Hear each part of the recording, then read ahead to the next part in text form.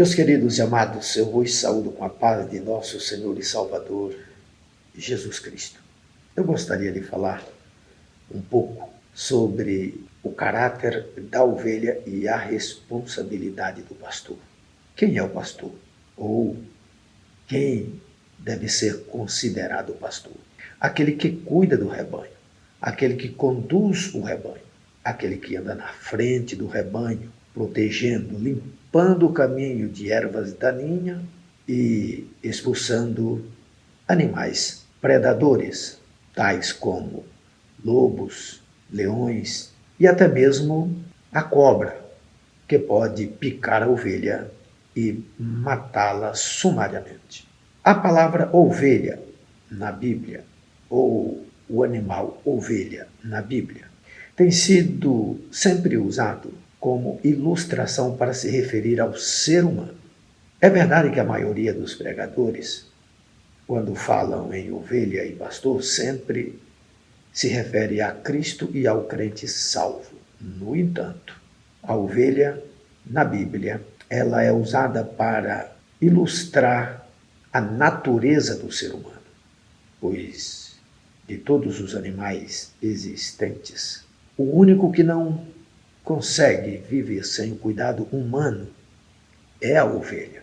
Sem o cuidado humano, dentro de pouco tempo, um rebanho será completamente avassalado por doenças, por predadores ou por outros males que vêm lhes acometer.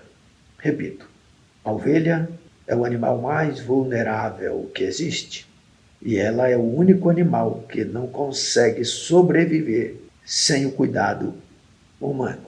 Nós poderíamos falar aqui de uma série de coisas referentes ao corpo físico da ovelha, suas vulnerabilidades. Mas vamos tratar aqui mais das questões mais relevantes, que é a sua necessidade de cuidado do pastor.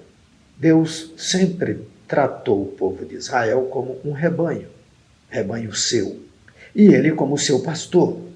Mas o próprio Deus governava o povo por meio de homens a quem ele os chamava de pastor, tais como os reis de Israel, que tinha a obrigação de proteger a nação contra nações invasoras. Portanto, a ovelha, ou o rebanho, é necessitado do cuidado pastoral. Uma nação precisa de ser cuidada pelo seu rei, pelo seu governo, a fim de não ser invadida, a fim de não ser levado o seu sustento para outros lugares. Então, a ovelha é sempre usada como ilustração para se referir à natureza do ser humano. E eu repito, não é apenas o crente que é comparado à ovelha, mas todos os seres humanos. O Salmo 23, por exemplo, lá no capítulo 1, você vai ler: o Senhor é o meu pastor, nada me faltará. Você vai verificar que é a ovelha que está se gabando para uma outra ovelha indefesa, que não tem um pastor que cuida dela com amor como o seu pastor. O Senhor Jesus, no capítulo 10 do Evangelho segundo relatou São João, a partir do versículo 1, ele diz o seguinte: na verdade vos digo que aquele que não entra pela porta do curral das ovelhas, mas sobe por outra parte, é ladrão e salteador.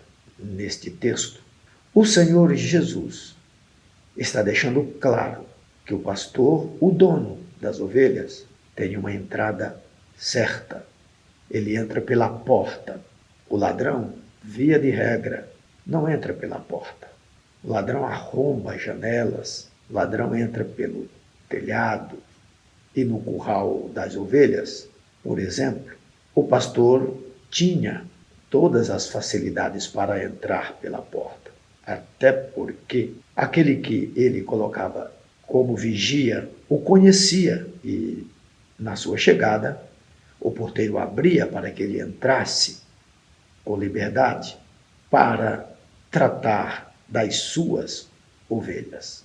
O versículo 2 diz: aquele, porém, que entra pela porta é o pastor das ovelhas. Verso 3: a este o porteiro abre, e as ovelhas ouvem a sua voz e chama pelo nome as suas ovelhas e as traz para fora. É interessante. A Bíblia foi escrita numa linguagem rural, para que o povo entendesse melhor as lições que Deus queria dar para eles. O Senhor Jesus, nas suas parábolas, ele não buscou o conhecimento filosófico do seu tempo, mas buscou o comportamento dos animais, buscou ilustrar suas verdades com a fauna e com a flora, coisa que estava ao alcance do entendimento das pessoas. E aqui, ele fala com os israelitas, ele fala para os israelitas acerca da sua pessoa como protetor, como pastor, como interessado em abençoar o povo e proteger o povo.